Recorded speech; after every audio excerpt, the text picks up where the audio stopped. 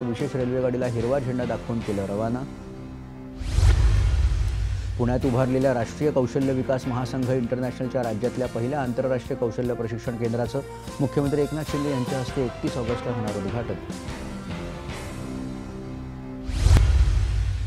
पुण्यात आयोजित हातमाग प्रदर्शनाचं खासदार डॉक्टर मेधा कुलकर्णी यांच्या हस्ते उद्घाटन। महाराष्ट्रासह 15 राज्यातील 60 पेक्षा अधिक हातमाग व्यावसायिक आणि विणकर झाले सहभागी। गणेशोत्सवाच्या पार्श्वभूमीवर दहशतवाद विरोधी पथकानं काल पुण्यात कोंढवा परिसरात सुरू असलेल्या आंतरराष्ट्रीय दूरध्वनी भारतातील यंत्रणेला समजून न देण्यासाठी कार्यरत असलेल्या बनावट टेलिफोन एक्सचेंजवर टाकला छापा।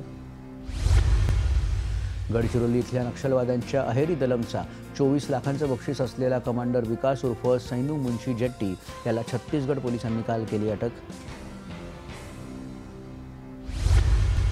बीड जिल्ह्यातील आष्टी येथे वसंतराव नाईक मराठवाडा कृषी विद्यापीठ परभणी अंतर्गत 29 ऑगस्ट ते 1 सप्टेंबर दरम्यान आयोजित दुसऱ्या डॉक्टर स्वामीनाथन राज्यस्तरीय कृषी प्रदर्शनाचं आमदार पंकजा मुंडे यांच्या हस्ते उद्घाटन। पद्मश्री पोपटराव पवार यांची उपस्थिती।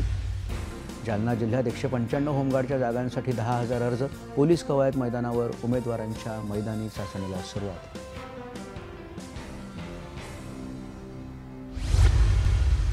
जालना जिल्ह्यामधून जाणाऱ्या जालना जळगाव रेल्वे मार्गाच्या भूसंपादनासाठी 2 सक्षम प्राधिकाऱ्यांची नियुक्ती। संपादित क्षेत्राचं ड्रोन सेवन आणि उपग्रह छायाचित्रांसह KML फाईल्स तयार करून त्यानुसार मोबदला वाटपाची न्याय्य कार्यवाही होणार। आगामी गणेशोत्सवात महिलांच्या सुरक्षेसाठी कोल्हापुरात CCTV लावण्याचा जिल्हा प्रशासनाचा निर्णय। 75 डेसिबलची ध्वनी मर्यादा ओलांडल्यास गुन्हे दाखल करणार। बिभत्स नृत्य टाळण्याचंही आवाहन।